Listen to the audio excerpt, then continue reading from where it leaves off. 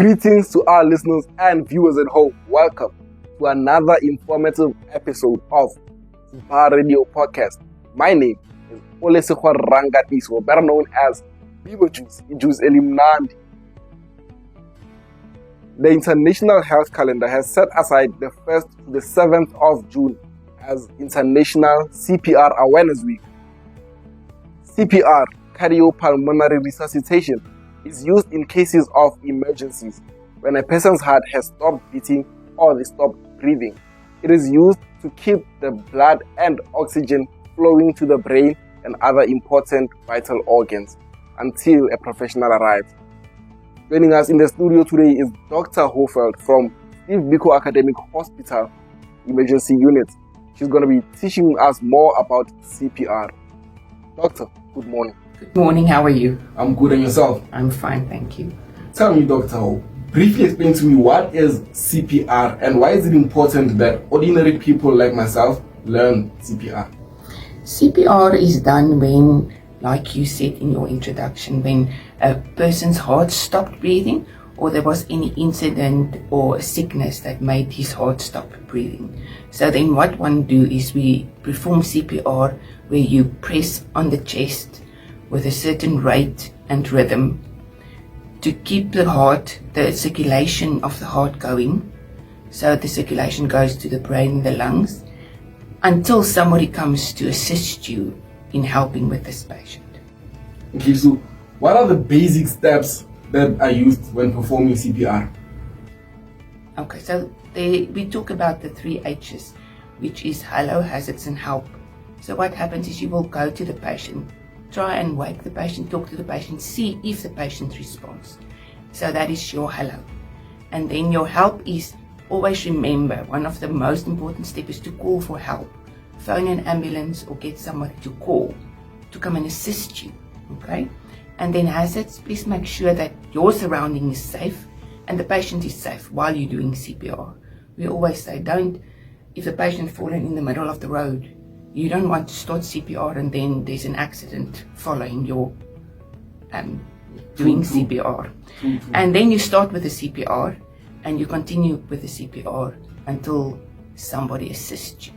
Another part of the help is also you want somebody to help you because you can't do CPR for 30 minutes. You need to ask somebody to come and help you take over every 2 minutes. You do CPR, then somebody else do the CPR until help comes. Okay, so what are the common mistakes that people do normally when performing CPR?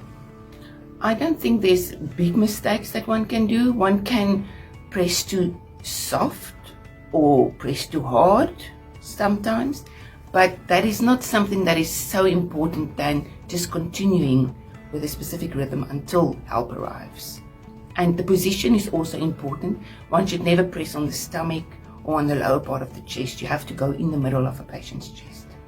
So during a critical situation, what is most likely to happen if a person fails to perform CPR?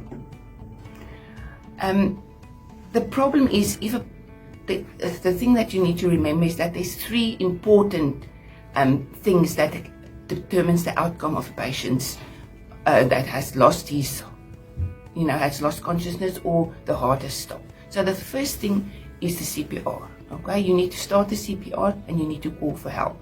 The second one is the help.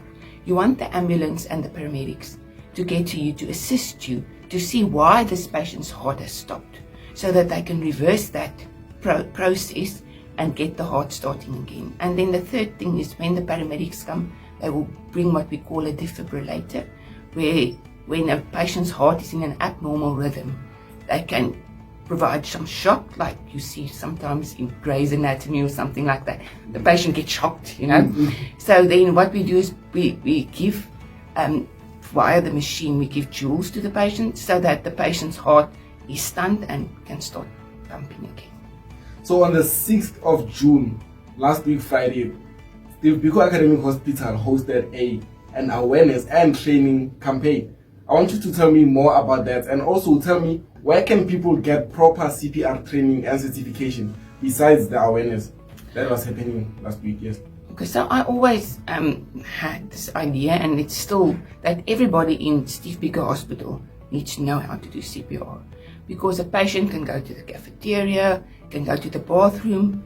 So anybody from household to porters to administration clerks, everybody should know how to do CPR. So in our hospital, if you see somebody collapse, you do your hello, hazards and help, you start CPR, and then with the help you call the resuscitation team and they come and assist you in the patient. So if everybody knows it, the sooner you start, the better. It mustn't be delayed. And then your other question was certification. So in our hospital, I treat all the clinical therapeutic services, which include your physios, your radiographers, all those people. I train on a regular basis.